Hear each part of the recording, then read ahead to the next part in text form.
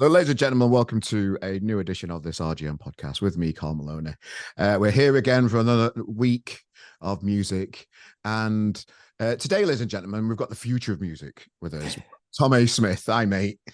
Hello, how are we doing? Yeah, sound pal. Thank you. Nice one. So, we find you at home in Sunderland today, then, do we? Got sort of a little bit of time off at the minute. Only really gigging on the weekends now the festival season starting. Yeah. But yeah, at home in Sunderland for a period of time for the first time in quite a while. Yeah. Well, I like to speak to new, but particularly because I always mention on this podcast, I pick people for this podcast that people don't apply to be on it really, and I pick people when I see something online that's perks my interest, Right, yeah. and I've seen your name about there a lot, mate. You've got your name out there. You're out there in the big old music industry. Yeah, Having a it great. definitely seems like it. Where do you feel you are within the industry at the minute then?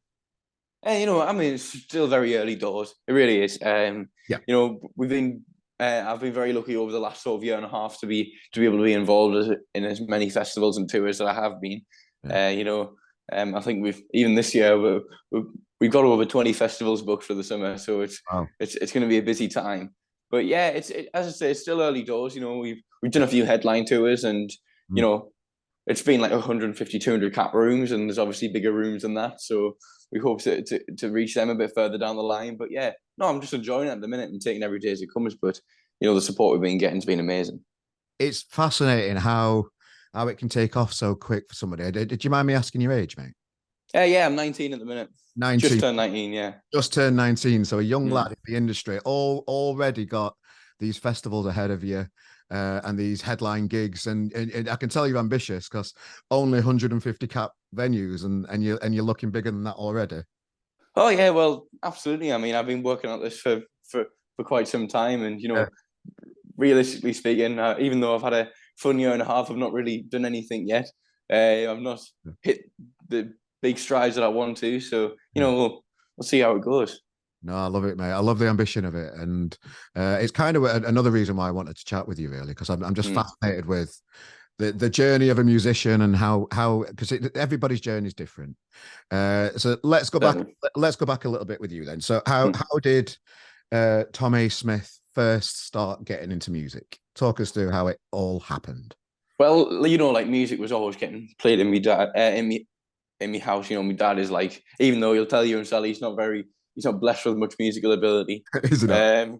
No, definitely not. But Does, he loves his music. does he think does he think he is in his own head? Oh no! I mean, he's never been able to pick an instrument or anything, but he does know music so well, and he even with my stuff, he'll know when things are right and things are wrong, and he is an absolute music lover, and he's always been playing music in my house since I was as long as I can remember, and I remember I started getting guitar lessons at like 4 or 5 years old, from musicians in a band called Detroit Social Club, which is quite a local band to us. Who did really well about 15 years ago. Toured with Oasis, and a few other things, and a couple lads from there, one called Chris McCourty and Dale Knight, and also Johnny Bond, who famously then joined Catfish the Bottlemen later down the line. But they all used to come around our house every Tuesday, drink me dad's drink, play a bit of FIFA, play a bit of football, and then give us a 20-minute guitar lesson where we learn to play White Stripes and Jake Bug and all that. And but yeah, I think from then it just became part of my routine, my weekly routine. These rock stars would come around my house every week and teach us how to play music. Talk me through that in a bit more detail. So you've got all these people, all these established musicians coming around to your house teaching guitar. Just talk me through how that. Yeah. I'm intrigued by that. Well, my dad was like really good friends with them. He used to do like the merch for them, and sell them at the gigs. Yeah. So apparently my dad is very good on the lash. So I think he had a lot of friends in the industry, because he just loved his music, and every gig he went to, he'd meet people who, he'd get along with. But yeah, so they agreed to sort of do that, and they, I think, really enjoyed it as well. But then I got my first gig when I was 8 years old, and that was supporting Detroit Social Club when they did a reunion show. Wow. At the Clooney in Newcastle. It was completely sold out. It was like, 300, 400 cap room. I remember I only did a 15-minute set. I remember being absolutely petrified, hating every single second of the whole set. But the second it was done, I was like, right, yeah, that was something else. That's cool. I want to do that again. 8-year-old, yeah. Oh, that's an introduction to, what was it like as a young 8-year-old kid, just being around these adults backstage and just like, seeing what can go on backstage and stuff. Yeah, I mean, they were so welcoming and so warm, and you can tell that they really enjoyed, like, helping me out and being part of it. But I'd always bring like me mates along with us and all that to all these things. So there's still people of my age kicking about there.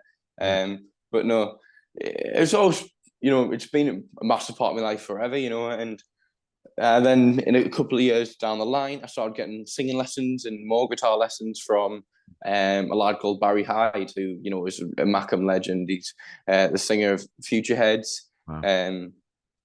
So I used to go around to a place called Pop Rex in Sunderland, where he teach me, my brother, and my younger sister singing lessons, and we'd all be doing 4-part harmonies in like next to a piano, singing all Future Head songs and old Mackem folk songs. So yeah, it's always been a massive part of my life, I suppose. What was that like? Being at school and having these experiences. What was that like? How were the people around you? School, because I can imagine that can't be. It might separate you from everybody else a little bit. Does it? It did a little bit. It did a little bit. But to be fair, for like 11, 12-year-olds, like I suppose that really doesn't sink in what that means and what that is. And like, I'll just be like, yeah, I've playing the O2 Academy this weekend with Catfish in the Bottom. Then a 12-year-old, and it wouldn't mean anything to them. It would be like, all right, nice. Yeah. But no, yeah, I mean, I didn't know many people my age who played music other than me siblings, my brother and my sister. But yeah, it's like, but everyone's always been so supportive of it, and I've never really had anybody, really, really like sort of bringing it down or anything like that. So no, it's been a pretty wild 10 years. So what about like your studies and stuff like that? Because you've got to remember your studies. I'm sure that was to you. You've got these experiences and you've got this taste of music. Was that like difficult to manage doing your studies and? Well, I suppose, but I wasn't really gigging that often. As like a 15-year-old, it was like once every 2 weeks I'd have a gig. I'd do like open night, like mic nights and all that as well, but didn't really do loads. So like it was always. We always sort of, my parents were always like, right, okay, once you've got your GCSEs and everything like that out the way, make sure you've got, something to fall back on, then you can go, then we can like try and go for it and see where it can get you. Because I was always like so young, and it's probably very difficult. I can't imagine me being 15 doing what I'm doing now. I think I'd struggle. But when when it came to college years, they were like, just after lockdown, and I'd spent lockdown literally every single day writing for hours and hours, treating it like a 9-to-5 job because I didn't have school anymore. And so I just sort of every single day was writing, creating demos. I mean, I've got like a SoundCloud link with nearly 500 demos on now. Songs that I've written over the last 3 years. Once I returned to college, I must say my college tutors, even though I was doing a music course, weren't massive fans of us, to be honest. I mean, I was never in at all. Last year we did like over 100 gigs, and we did, and 2 of them were in the Northeast. So, we were always away. Me and Katie, who's my bassist, who was also on the course. I met on the course, and we were just like literally never there. But luckily we managed to get through it, and we passed. Well, you're learning music in real time, aren't you? You're out there actually doing it. How much extra can you learn from a classroom and that kind yeah, no, absolutely. I mean, the truth says did a great job, and I still get along with and talk to everybody who I met there and all that. So yeah. I'm a big ambassador for life experience, particularly Mm, over like college and that kind of stuff, because it's a bit of a stale environment. It was for me anyway, and I did like media production, and it did help me create this RGM thing in a way, and editing audio and that kind of stuff. mm. But they kind of just send you out in a field to film something and get your composition right. It's just a bit. Yeah, yeah. You can't beat real life experiences. You just can't Oh beat. no, I think music as well. You know, like it doesn't matter how many gigs I mean, like you've got to do it yourself. You've got to, you know, go to these pub gigs. You've got to go to these open mics. You've got to do all of that to stand a chance, really, because you know it's like the experience of being on stage is like it's difficult to get in a rehearsal room or in a practice room or anything like that. Yeah, so you've had all this experience as a young kid, done all these gigs, you know, Catfish and the Bottle Man. Because bands I speak to have been going for, you know, it could be 10, 15 years, and they don't, and they find it hard to get into the festival circuit and that kind of stuff. What was your first, like, you know, in with starting to get more gigs and getting festival slots? Who created that opening for you personally?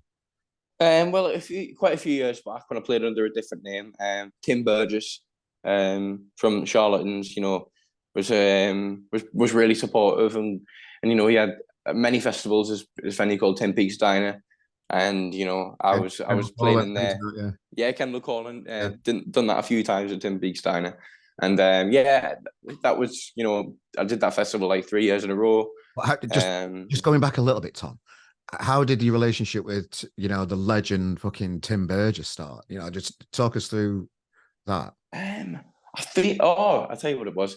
I did the cover of the only one I know, um, Oh, on okay. put it on Facebook, and they got like I think like 250,000 views in about a week, Yeah. and he saw it. So then you know he offered to help us out. Oh, that's And amazing. that came. That must have been nice just to get that message from the man himself. Oh no, absolutely, yeah, yeah. I think I sent the first message saying, "Hi, can I play at Tim Peaks Diner at Candle Call?" And and then he was like, "Why not?" Yeah. Oh, no. So yeah, my dad became good friends with, you know, the one of his pals as well, who was working close with them. So yeah, it definitely helped well. But it's mainly been over the last sort of year and a half, you know, since I changed my name, released my debut single, you know, and since then there's been a little bit of excitement around it, about what I've been doing. What was you? And What did you call yourself before? I went under Tom Mousesmith. It was just like a sort of cover. I was like a cover artist, really. It was just like bit of a novelty thing, I suppose. But yeah, it was over the sort of last year and a half. You know, I sort of started releasing my own stuff, and you know, the reception for it has been, you know, beyond amazing. And yeah, the festivals just keep on adding up, and the gigs. So yeah, it's all been Love dead it. fun though. So changing your new name then. So I presume your A stands for your middle name. Yeah, Yeah, I've just so, yeah, yeah, sometimes Andrew. some people just make it up like a like a Yeah, yeah, they show. absolutely. But Well, we thought Tom Smith is one, either a bit boring, or two, it's also the singer of the editors. So okay. All right. it would get mixed up a bit, I think. But You've got your head yeah, screwed on you, mate. You're making those choices early. You're realizing that it's going to confuse people if you've got the same name as somebody else, particularly if it's like the lead singer or editors. yeah, yeah, So, absolutely. where do those like does that intuition come from your dad? Does he know that kind of stuff and tell you, or is it just you're just soaked up in music that you already know all these things? Well, yeah, both in a way. But over lockdown, you know, I was very lucky to to meet some managers who, you know, have been really supportive and really backing, and you know, really love what I'm doing. Um, you know, a lad called Mike Walsh, who, you know, set up Radio X 20 Mm. years ago, give the first radio play to Coldplay, Killers, you know, Yeah. currently manages Dylan John Thomas as Mm. well. Um, so I'm managed by him and co-managed by a guy called Neil Hughes, who you know, currently manages James, and you know, has got an incredible career where, you know, he's done some phenomenal things and worked with some top artists. I think one of the sayings is Robert. He's one of the only people Robert Smith from the QS speaks to which is Oh, nice. which is quite nice. But yeah, and they, you know, have been really supportive and really guided us and helped us out with what you know, what's the right way of doing it. Not like the way we were doing it before was wrong. But you know, what is the right way of doing it then? I don't know. I mean, there's so many ways of doing it, isn't it? It's like it's such a That's why you know that's this. why this industry proper like intrigues me at every point in it. Mhm. There is no right or wrong, is there? No, absolutely, yeah. Right, it's some things are right for where somebody is at that time. Hmm. No, So absolutely, yeah. so what's right for you then might be a better question. What was deemed right for you? Just being consistent with it, I suppose. You know, it's Yeah. like, you know, the modern day of streaming and not really selling records. You know, you can't gain any momentum at all if you don't keep releasing things. You know, you'll Mm. notice in a year and a half, I've not done an album, but I've got, you know, like 12 songs out on Spotify and also an EP of, you know, piano versions of the same songs. So like there's plenty getting pumped out just to make sure it, you know, there's always something going on and I'm always releasing something. Um, Mm. but I think, you know, because it's such early doors, I think what's more important now is, you know, getting yourself actually in front of people and playing it live. Because I think the best part of what I do is my live performance. Mm. Because you know I've been working for so many years on it. I think it's the best part of what I do. You know, and it's just you know getting yourself out as much as you can and enjoying the scene as much as you can. Yeah, I can imagine it must feel quite exciting. Like to be your age, you know, 19 now, just I'm 45, mate. I'm just thinking what were I doing at 19? I was probably on the park getting pissed in Gleaglas in Sheffield. And like not going anywhere. Then we started Yeah, then we started a band that didn't go anywhere in his 20s. So for it to be like 19 and have this experience that you've already had, you know, TV, Soccer AM, you're playing yeah. Glastonbury, we'll come to in a bit and all that kind of Mm. stuff. You're playing my hometown tomorrow as well. You're playing the B-Rate Festival as well. Yeah, that's right. Yeah, no, looking forward to that. It should be Yeah, cool. yeah, as I But said. no, it's just like it is very exciting. It's amazing, you know. Me and the band, you know, I've known the guitarist and the drummer for 15 years. Hang on, And you know, since you were 4, is that right? yeah. So they were friends of my older brother, and they were used to be in bands with him, went through secondary school and stuff like that. So I've known them forever, and you know, obviously my bassist is like my pal from college, who Yeah. I've known for a couple of years, and you know, every little part of it is new for us, like for all of us. You know, I haven't got some session musicians in, every part is just as exciting for all four of us. Yeah. And you know, going to Europe for the first time last year, and playing on Lake Geneva, and then in and then in Czech Republic. You know, it's like every little part. You know, being massive fans of Last Shadow Puppets for years, Hmm. and touring and writing with Miles Kane, who Yeah. is an absolute legend, and you know, meeting Elton John and performing at his Hyde Park show. You know, it's like for all of us. I'm gonna have to slow you down a little bit there, mate. Jesus, Yeah. John Miles came there. Just one little question before we get onto those characters. Mm. Have you had to make like a serious business decision yet with lineups or anything like that? Because I can imagine, you know, the industry is what it is. If you know, have you ever had to have like a tough decision like that yet? Because it could happen. Yeah, well, nothing really. Yeah, you know, it's I think we always gauge from the start whether something's the right or wrong thing to do. And but there's been nothing, you know, major that we've even like thought about or looked at really. Yeah. So we just try to think, you know, people have bought tickets for things, and you know, let's see how it pans out.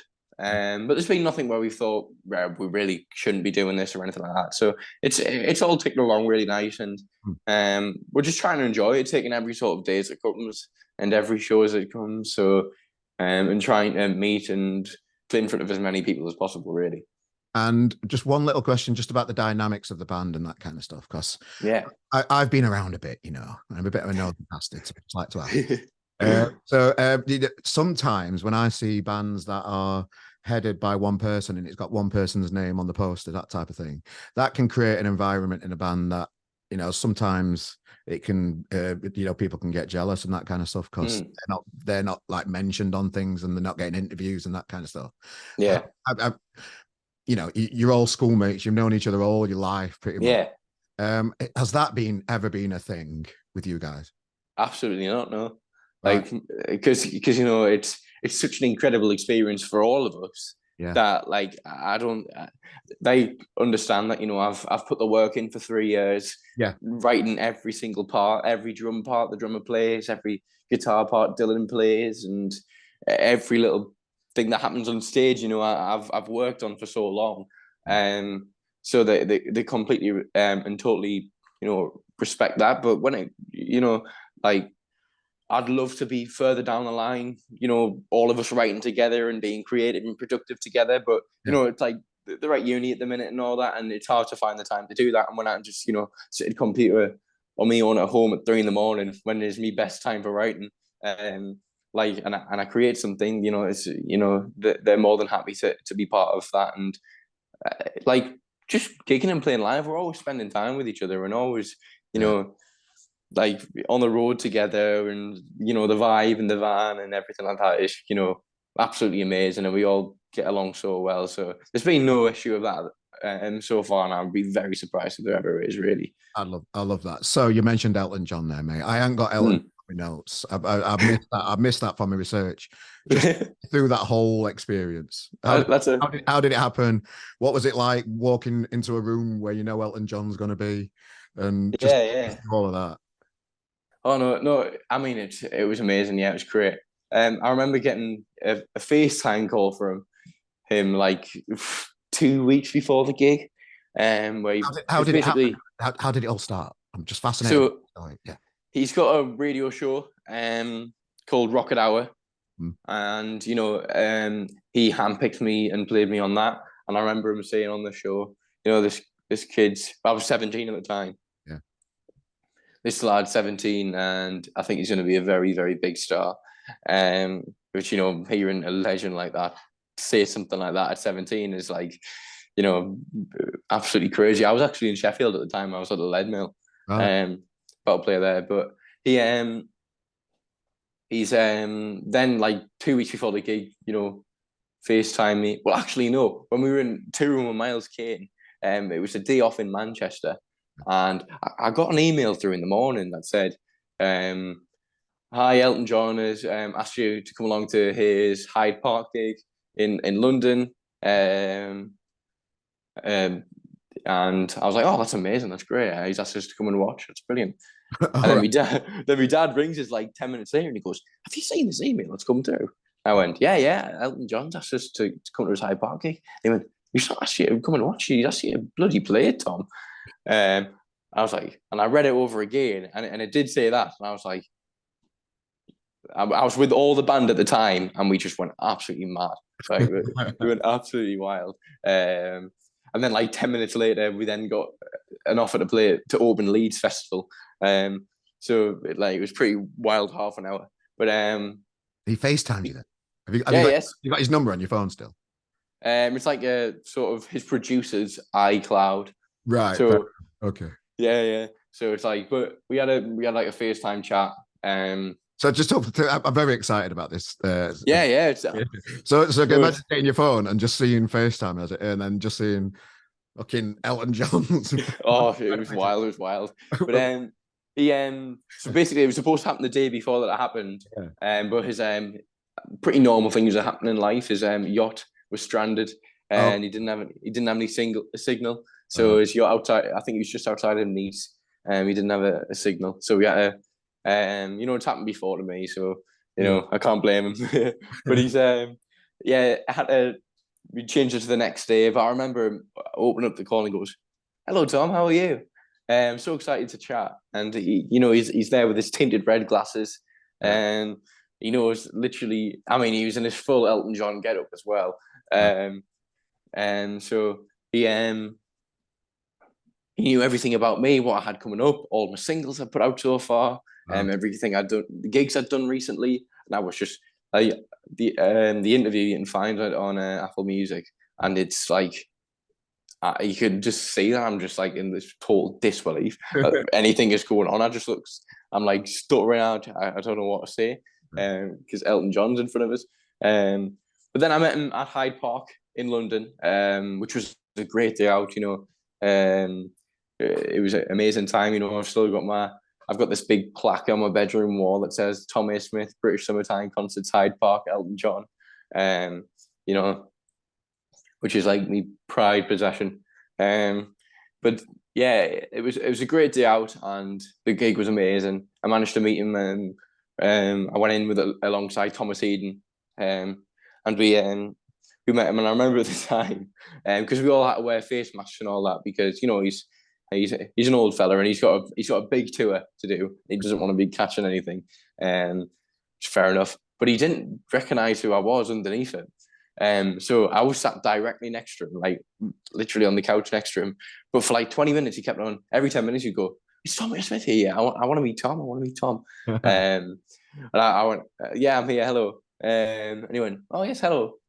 And then 10 minutes later, he'd say it again. And then I pulled my mask down and said, "Oh, I am here." And he was like, "We got a picture and all that." And yeah, I mean, what a smashing down to earth person he is. Like, he clearly loves his new music. Yeah. Introduced us to his kids and everything like that.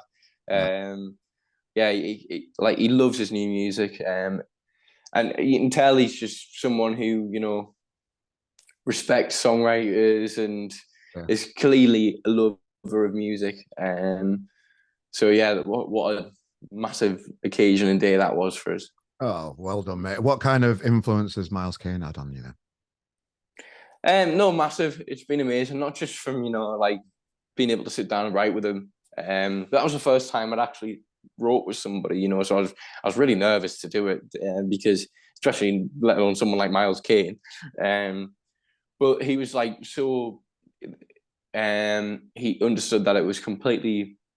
Well, he made it completely like my thing, and I already had a song that I'd been playing on his tour, called "Me," where basically the chorus was just I shouted loads of nasty things to myself about myself, which is the pre-chorus to "Like You Do," and he was so, like, he really understood that, but we went in there to write together, and it was such a great, enjoyable day, and obviously I'm so happy with the song that we came out with. It's definitely one of my favorite releases. Getting to play that on live on Soccer AM with him as well, because it was just like, we got asked to do it without Miles, but I sent him a text and said, "Look, I've been asked to do Soccer AM this weekend. If you're free and if you're in London, you're more than welcome to come down. I'd love it if you could come down and join us on our song." And he's like, Miles Kane down to stuff. Love it. Yeah, and he's like, "Oh yeah, absolutely, that'll be amazing. That'll be great."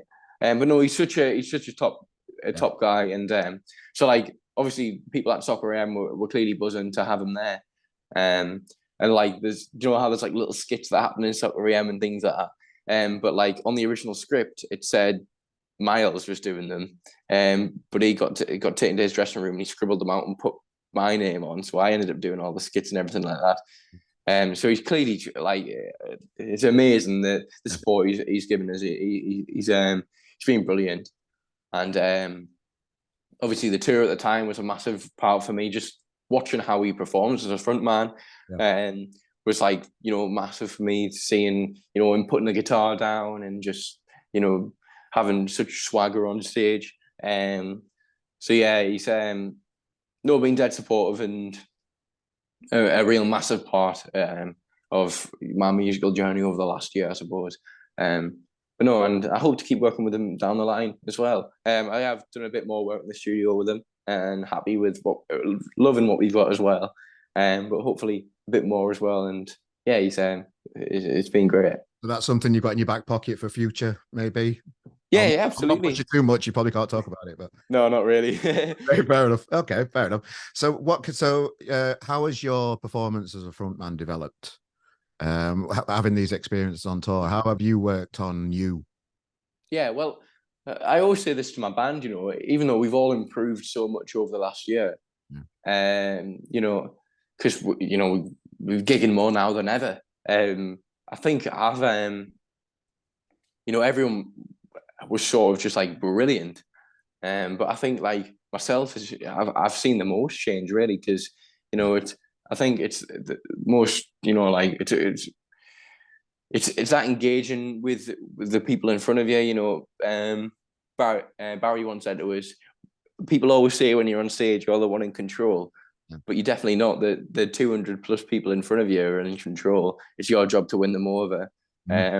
Even though, you should be respectful at gigs, I think, if you're a gig goer and, try and watch everything. But like, obviously, your big rowdy bands, you can wild for that. It's brilliant. But yeah, it's your job to win them over and gain their respect. And, being able to see these amazing frontmen over the last year, one in particular, Dave, frontman from Gang of Youth, who I toured with at the beginning of last year, his performance and stage banter and the way he just like conducted himself in on stage and as a frontman was, probably the best I'd seen.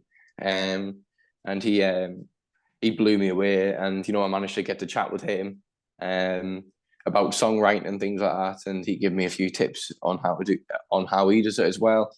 You'll develop and find your own style in time too. Because I can remember when Arctic Monkeys first come out, Alex Turner wasn't a natural frontman. He just stood there with guitar in the early days. Yeah. And now he's this big flamboyant frontman. Same with like an actor, yeah. Like Alex from Latham's, he was quite definitely, yeah, still at the beginning, and now he's more flamboyant and he's got his own style and that kind of stuff. So it's always going to develop in it, and you'll find your own little way as well. No, for certain, yeah, no, for sure. Yeah. But we sort of like ditched the guitar for a couple of songs live now, and pick it up for a guitar solo a bit later on in the song. But yeah, it's getting there. No, I'm really enjoying the live show at the minute. I think it's so much fun to play. No, I love it, mate. And just the confidence of it all. And another thing that I noticed about you on Twitter was when you said, "I'm not going to release an album until I know I'm going to get a number one." That's quite a statement to put out publicly, mate. Yeah, I mean, like, it's all it is what I think, but it's also just a thing that gets a bit of talking on Twitter. Yeah. I encourage all of that, mate. Keep doing it. Yeah. I love it. But the thing is, like, I feel like this, there's so many artists I've seen over the last year and a half, and I'm by no means at all entitled to have anything. Yeah, anything like that. Absolutely not. You gotta work hard for things like that. I know it's a bit of a piss take, mate. I really do. Yeah. Just found it. But no, it's like it's the sort of thing that motivates me. I think like I've spent the last 4 years writing nonstop. Even this year alone, I've written 2.5 albums. Yeah. So like we're always creating. But it's such a massive thing, and there's been so many bands over the last year, like Latham's, and obviously you got local legend here, Sam Fender, who's they're knocking out the park every single time, and I'm just waiting to see how it sort of grows over the next year and a half. Obviously, I can't wait forever. There's got to be a point where I do put an album out. But yeah, I'd like it to be a time where I'm happy enough with where we are. Not like I'm not happy with it now. I'm loving it.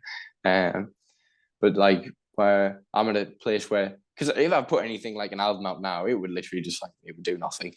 It wouldn't have the interest. It wouldn't have, because I haven't gained enough yet.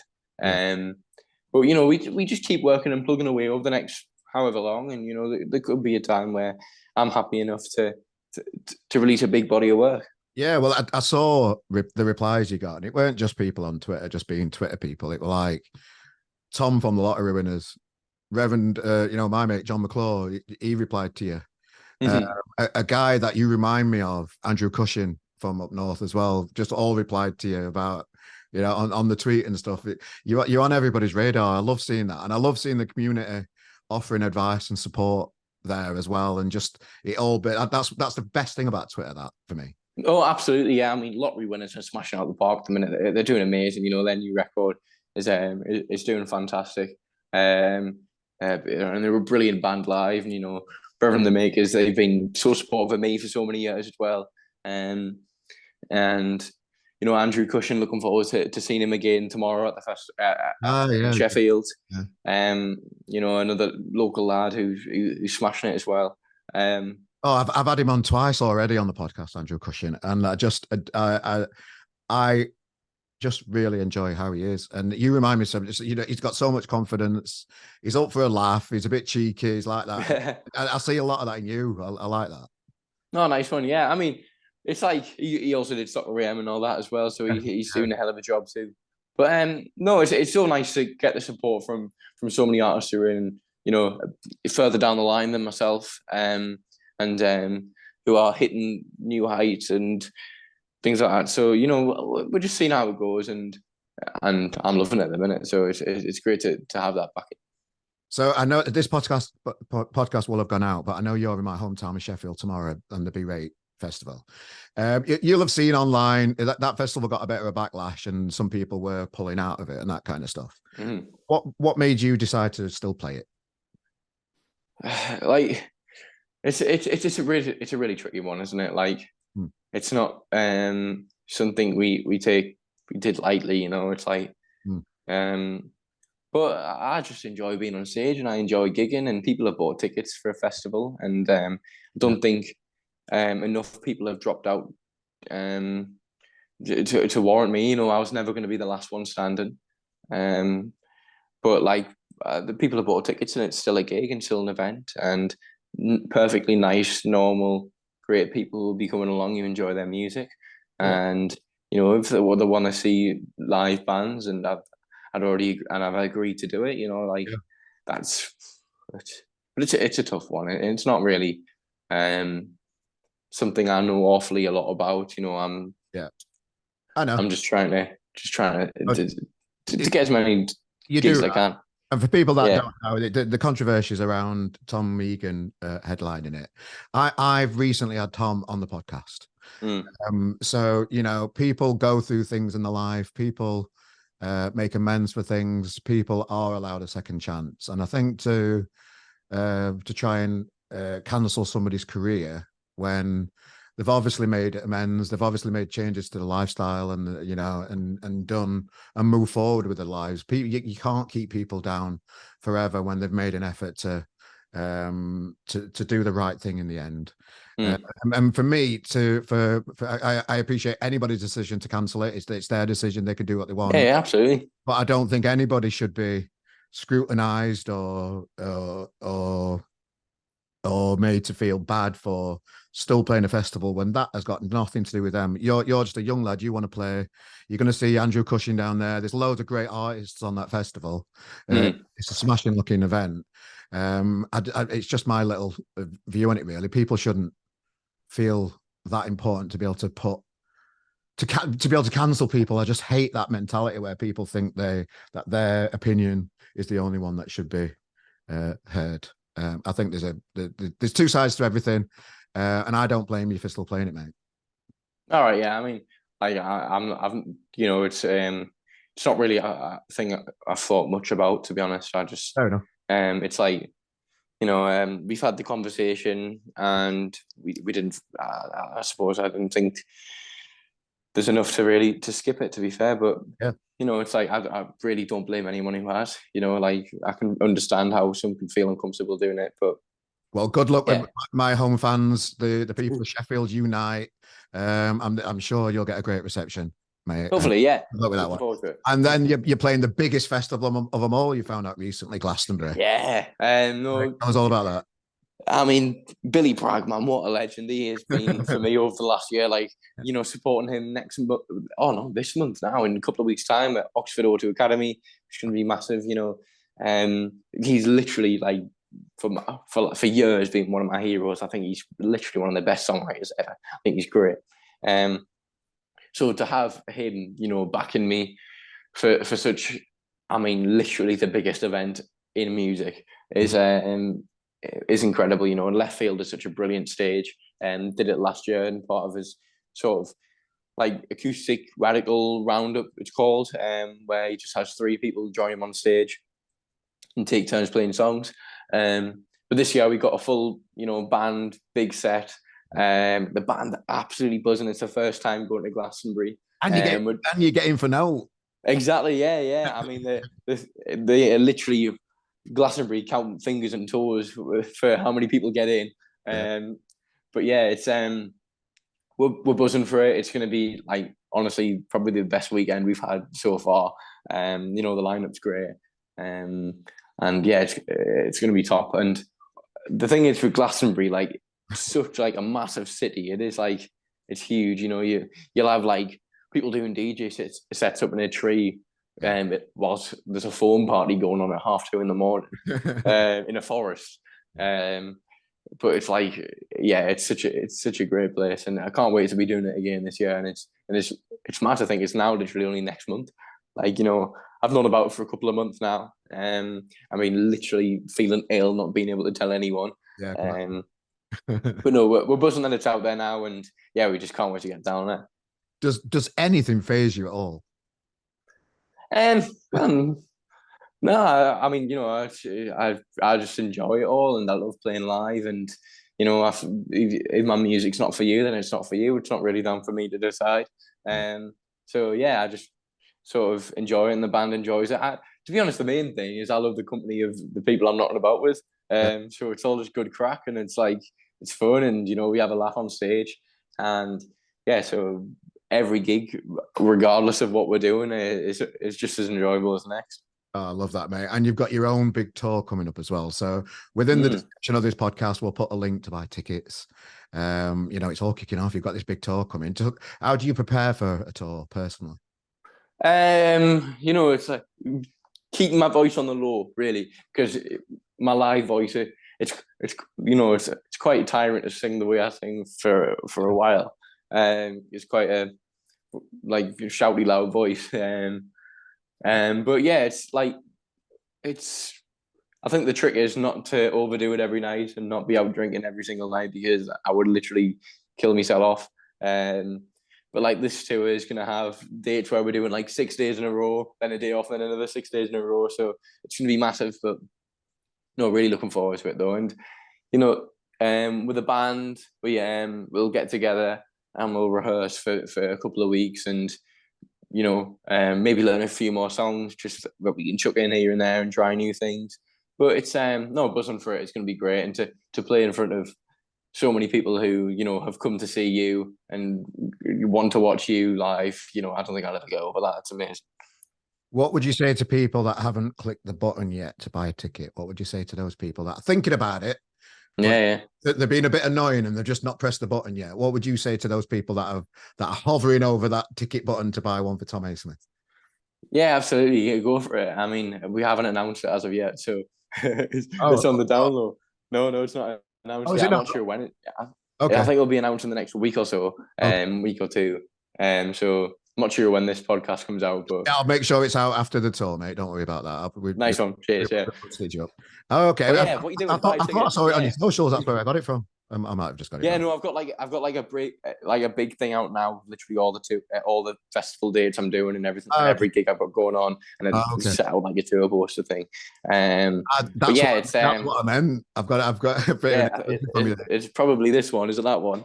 Yeah, I've got that in front of us just to make sure I know every festival I'm doing, and that is announced. But yeah, it's what are you doing then? Buy a ticket. Yeah, come along. Yeah, it's going to be a great laugh. It's going to be brilliant.